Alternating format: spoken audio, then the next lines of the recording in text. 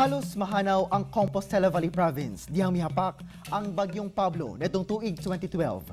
Apan wala kini nahimong rason aron mawad-an og paglaom nga mubangon. Kana ang pamatud-an sa mga Pablo survivor.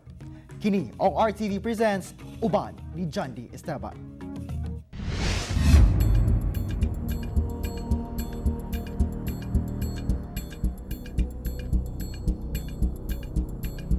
December 4, 2012, gikuso-kuso sa Super Typhoon Pablo ang Southern Mindanao, ang usa sa pinakakusog nga bagyo nga misulod sa Pilipinas.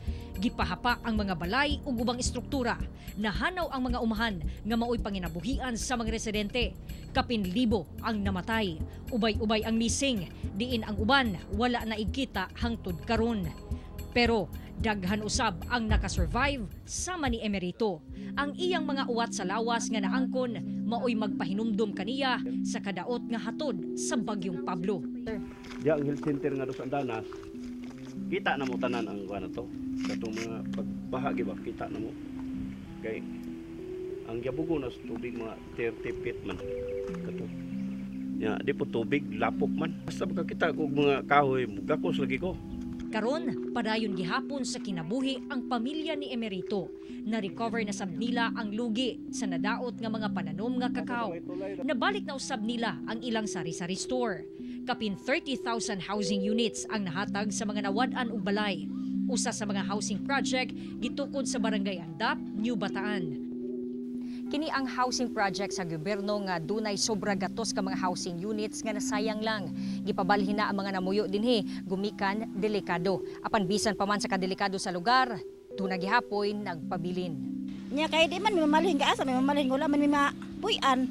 Ade paliton tong yuta na naa sa ubos na katong safe na siya by the standards of the MGB. Na may assurance ang NHA karon na naanay sila pundo para dito sa pagpatukod sa kapin gatos na mga constituents nato na kinahanglan balhinon.